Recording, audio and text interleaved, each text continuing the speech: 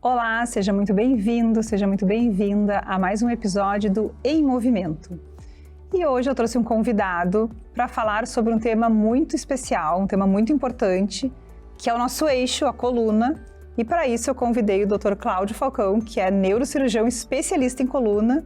Inclusive ele tem um programa aqui na TV só sobre esse assunto, para a gente falar sobre tudo sobre a coluna. Mitos, verdades, dicas e orientações. Seja muito bem-vindo, Dr. Cláudio. Obrigado, Tamara. É um prazer grande estar aqui no seu programa.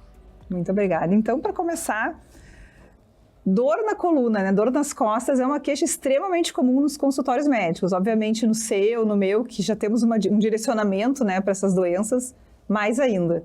Mas como que as pessoas podem diferenciar quando uma dor é grave, é importante? O que elas devem fazer quando elas têm esse sintoma?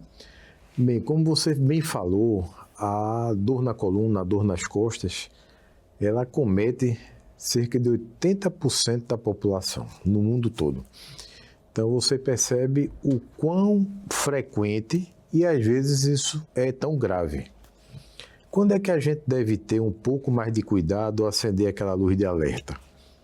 Quando essa dor ela persiste por mais do que 12 semanas, aproximadamente 3 meses, quando essa dor começa a causar uma limitação funcional, ou seja, você começa a ter dificuldade para executar atividades diárias, coisas simples como colocar um sapato, ir ao vaso sanitário, isso começa a ficar complicado na sua vida.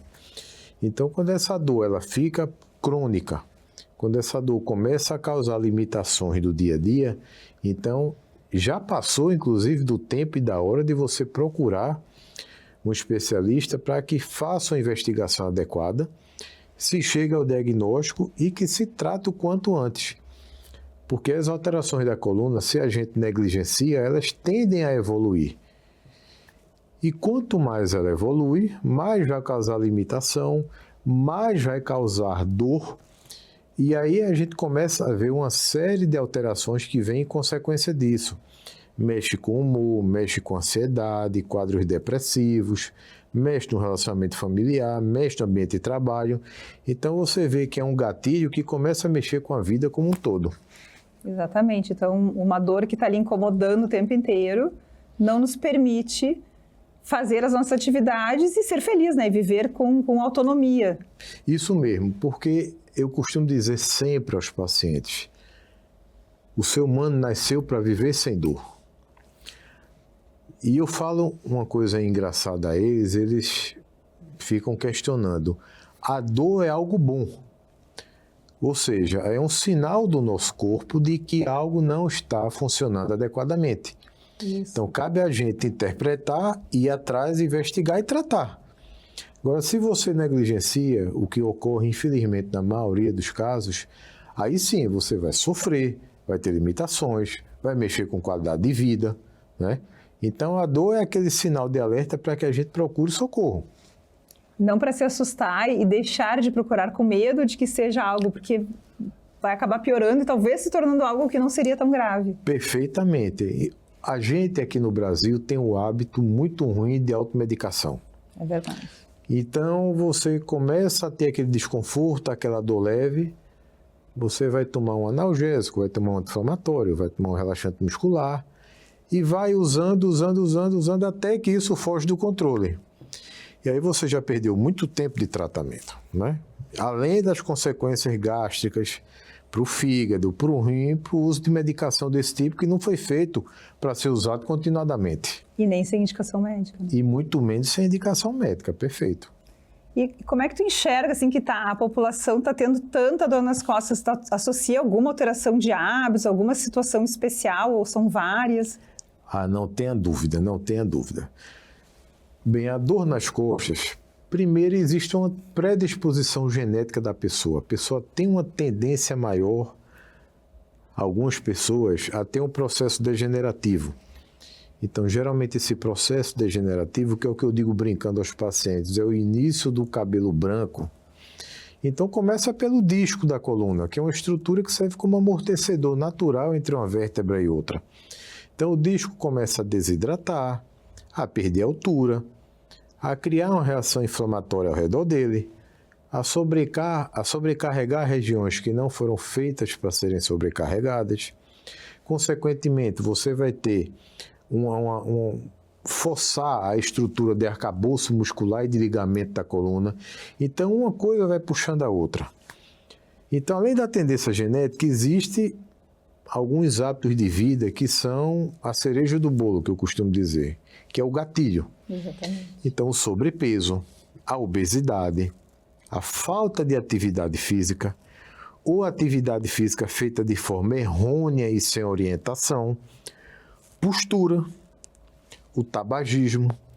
Então, são fatores que convivem com a grande maioria das pessoas no dia a dia e que, se você tiver uma predisposição genética para a coisa, fatalmente vai evoluir com esse tipo de dor. Vai acabar acelerando, né? Vai ser o gatilho e vai acelerar tudo. E aí fica aquela pergunta, né? As pessoas, quando têm dor, elas costumam, por medo da dor, se movimentar cada vez menos. E aí fica aquela... E às vezes chegam pacientes que foram até orientados, né, a fazerem mais repouso. Então, como é que fica a orientação para os pacientes? O que a gente pode dizer para os nossos telespectadores? É melhor ficar parado? É melhor se movimentar? Qual movimento é melhor fazer? Bem, a gente tem que diferenciar bem a dor da dor aguda, da dor abrupta, que é aquela dor que você tem um nexo causal de imediato, um trauma, uma contratura, um movimento brusco, uma postura inadequada por muito tempo. Aquela dor aguda, inicialmente você orienta um repouso relativo. Não é ficar de cama, como se falava antigamente, que é o famoso bed rest. Fique de cama 30 dias, não se levanta nem para ir no banheiro. Não. A gente orienta um repouso relativo. Evitar excessos, evitar excesso de peso, evitar movimentos bruscos, mas movimente-se. Quando você está lidando com dor crônica, que é aquela dor de mais de 12 semanas, 3 meses, obviamente não tem a menor indicação de você ficar de repouso. Pelo contrário, quanto mais você ficar de repouso, mais vai contribuir para o encurtamento e atrofia muscular e vai ajudar a perpetuar o processo de dor. Então, nessa situação, você tem que se mexer, mobilizar cada vez mais. E aí a gente entende que quando você mobiliza mais, mexe mais, vai doer mais. Então, mais um motivo para que você procure um médico para tratar, né? Diagnosticar, tratar adequadamente, porque você sabe bem demais, o sistema músculo-esquelético da gente foi feito para estar em atividade. Exatamente. Não foi feito para estar parado, de forma alguma. Quando a gente para, encurta tudo, atrofia tudo, fica tudo mais limitado, a dor tende a ocorrer de forma mais fácil, então não, tem que estar se mexendo. Eu sempre falo para os meus pacientes, eu uso como exemplo, que todo mundo ou já teve ou já viu alguém que quebrou, por exemplo, um braço, usou gesso e quando tira fica ali fininho, né? Que a musculatura perde no momento que ficou imobilizado. Isso. E eu mostro que lá por dentro, aqueles músculos que a gente não enxerga acabam também perdendo força e aí pioram ainda mais aquele quadro de dor. Muito bem lembrado isso. Uma coisa que eu vejo com certa frequência no consultório são pessoas que fazem atividade física, que fazem musculação, mas particularmente só para membros superiores e membros inferiores. Esquecem do tronco. E aí você vê aquela pessoa relativamente bem trabalhada, malhada, como a gente diz na gíria, mas com musculatura de tronco, de abdômen e de tórax extremamente fragilizada. Então são pessoas que convivem muito com dor, que a gente chama dor axial, a dor nas costas, a dor na coluna. Exatamente. Então é uma coisa estranha, né? A pessoa faz atividade e tem dor, mas por quê? Tem que trabalhar, mobilizar toda a musculatura, né? Exatamente, isso é bastante comum mesmo no meu consultório também. E para falar para os telespectadores, né, o nome dessas musculaturas que o doutor falou é um conjunto de estruturas que se chama core. Então, core é o nosso centro, que é exatamente o que nos dá a estrutura. E as pessoas esquecem de fortalecer a musculatura. O core que tem sido falado tanto, né, está até certo ponto na moda, o que é bom. Exatamente. Mas você tem que procurar fazer com que essa musculatura do core esteja sempre alongada e fortalecida. Claro que isso não vai ocorrer do dia para a noite, mas tem que fazer um trabalho dessa musculatura também, porque ela é o nosso centro. Exatamente, é o que nos dá... É a nossa sustentação. Exatamente, é o que nos mantém de pé literalmente, Perfeito. Né?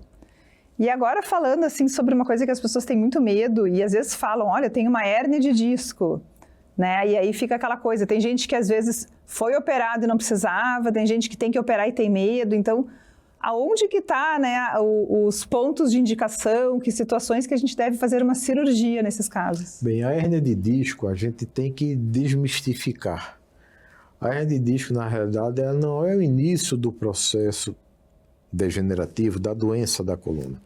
A hérnia de disco é a cascata final do processo, é o contrário.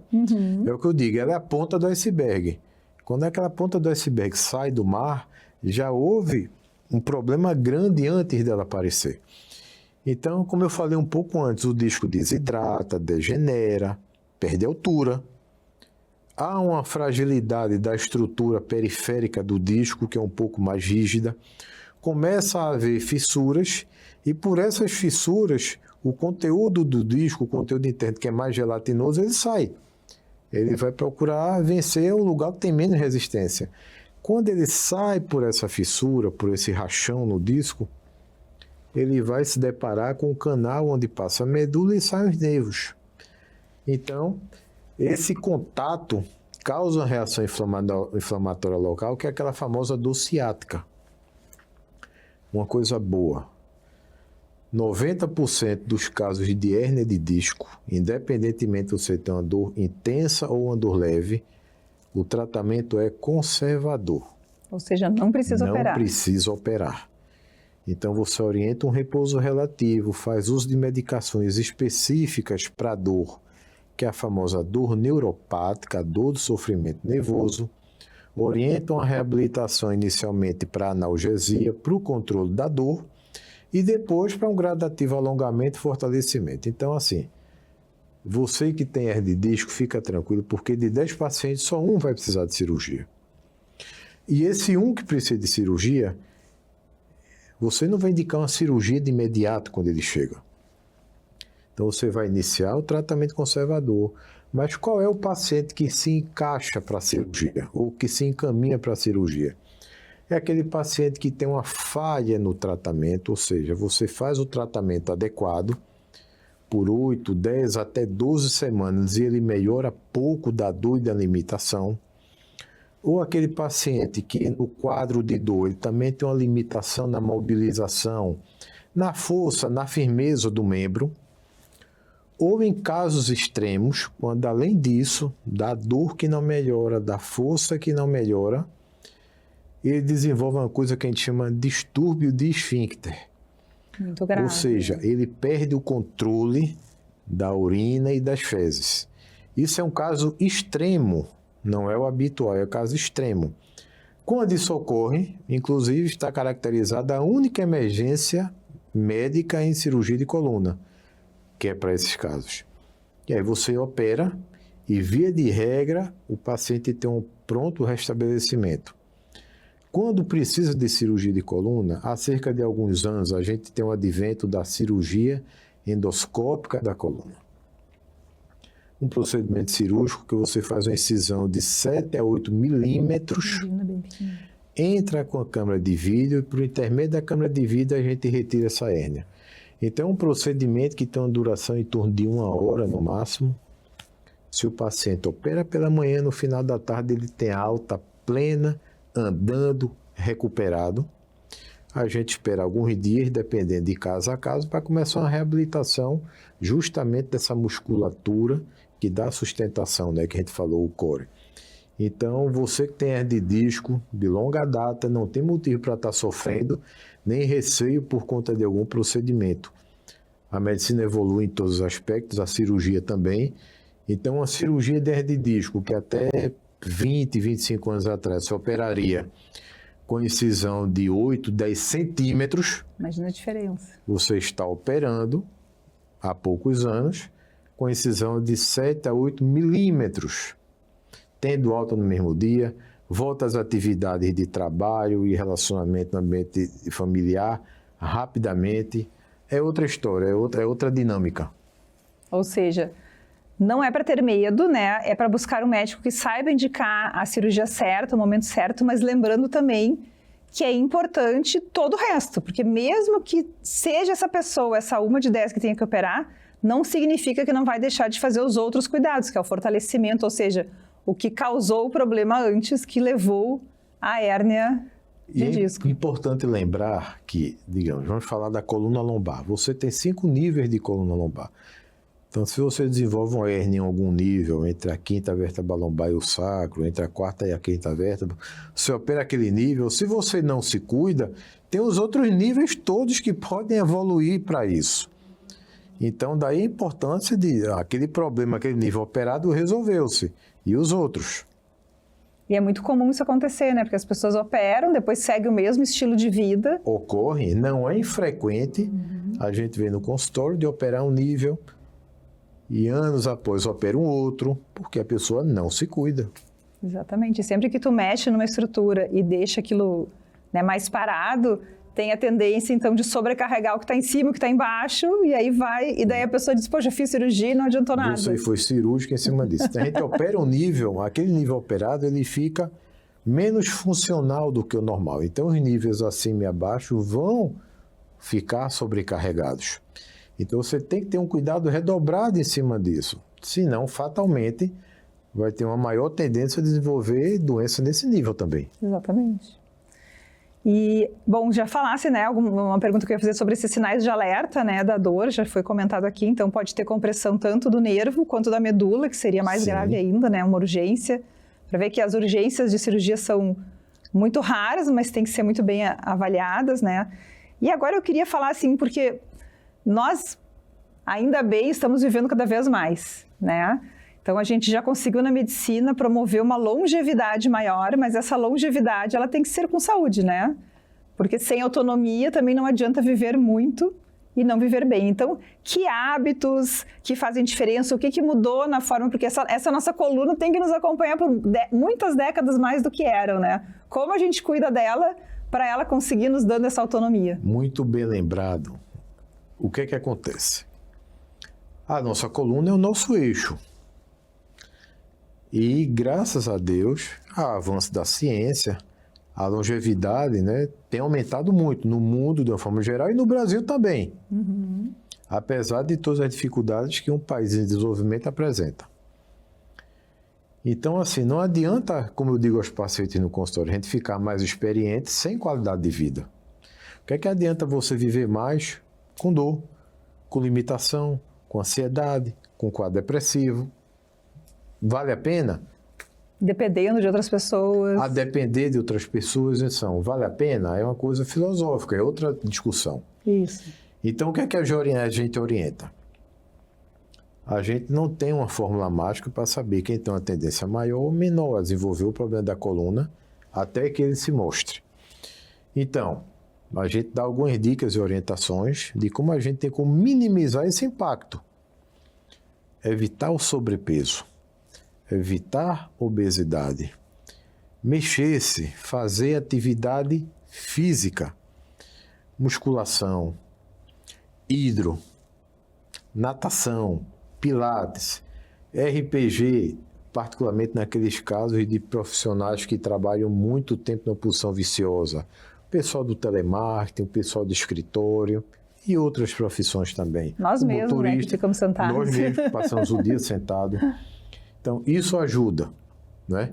Então, isso ajuda muito, porque a partir do momento que você consegue dar uma robustez na musculatura paravertebral, que é a musculatura que envolve a coluna, na musculatura do core, né, que é o nosso centro de sustentação e de apoio, a gente minimiza muito o impacto gravitacional na coluna. Então, a gente tomando esses cuidados, a gente consegue minimizar ao máximo também o tabagismo. O tabagismo, a gente fala do cigarro. O cigarro é amplamente divulgado, os efeitos deletérios dele, pela questão do DPOC, né, do enfisema, da bronquite, em alguns casos de asma crônica, alterações cardiovasculares, o AVC e tal.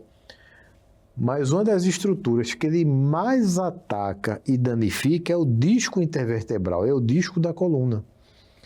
Então, pode ver que todo fumante, ele, via de regra, tem alterações moderadas a graves na coluna.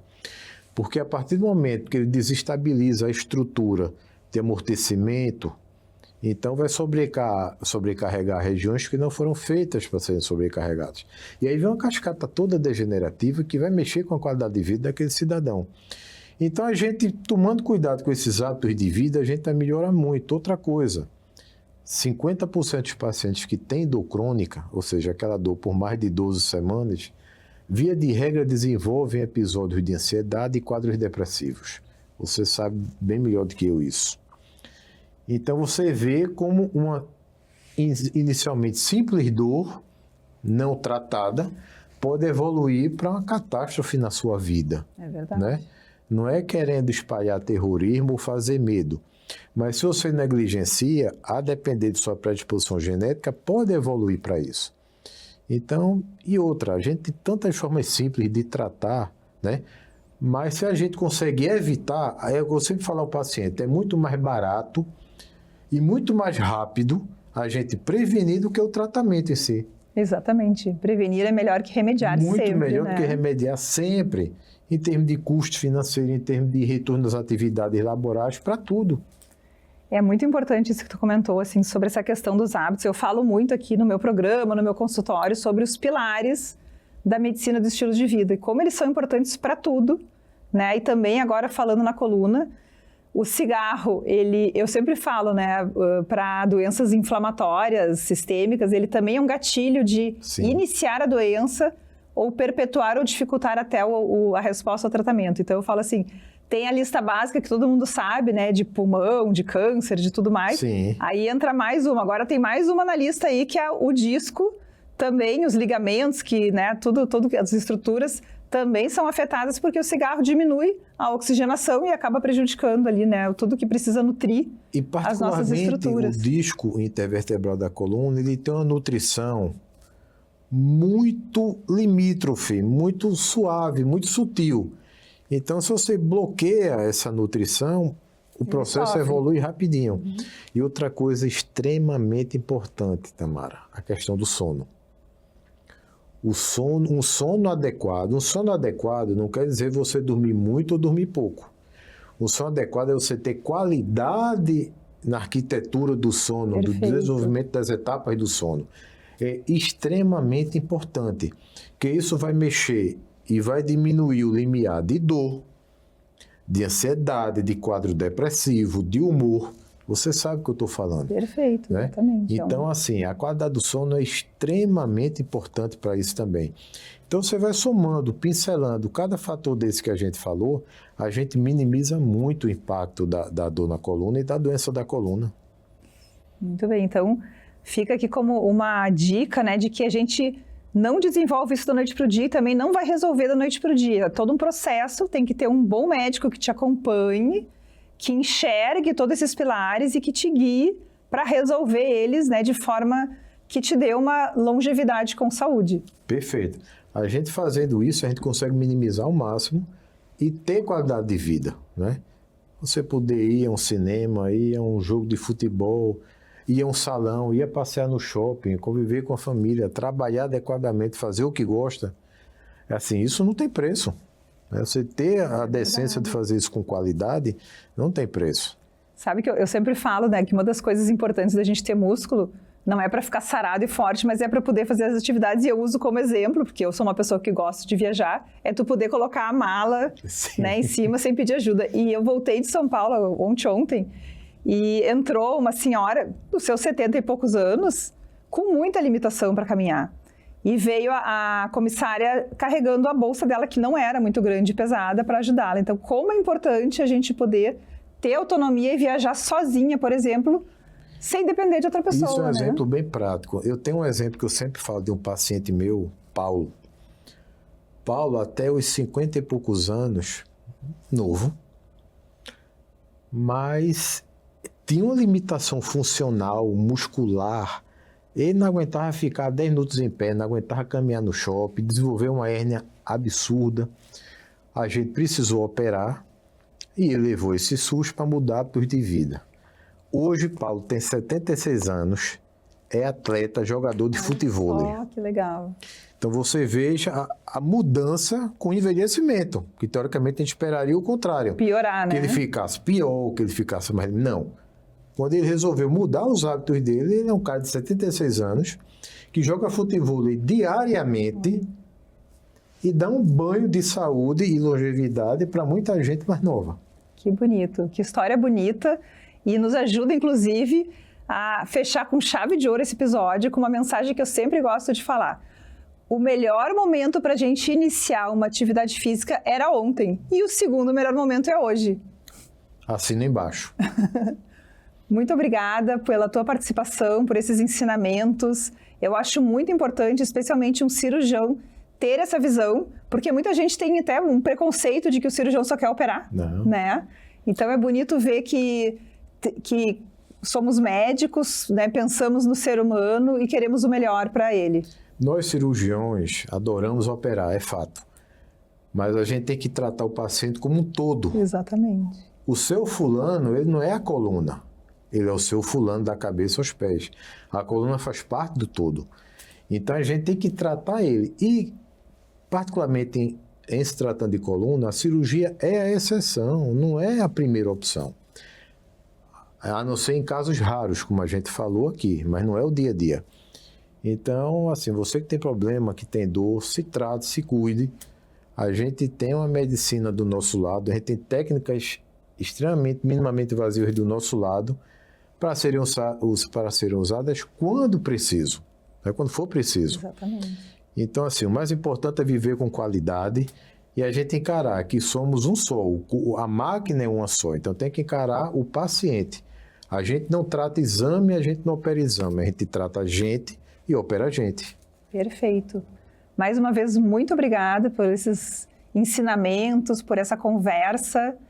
E eu encerro aqui mais um episódio do Em Movimento, agradecendo também a arquiteta Amanda Krelin pela decoração aqui do meu estúdio com os móveis de design da Schuster Móveis e Design. Até o próximo episódio do Em Movimento.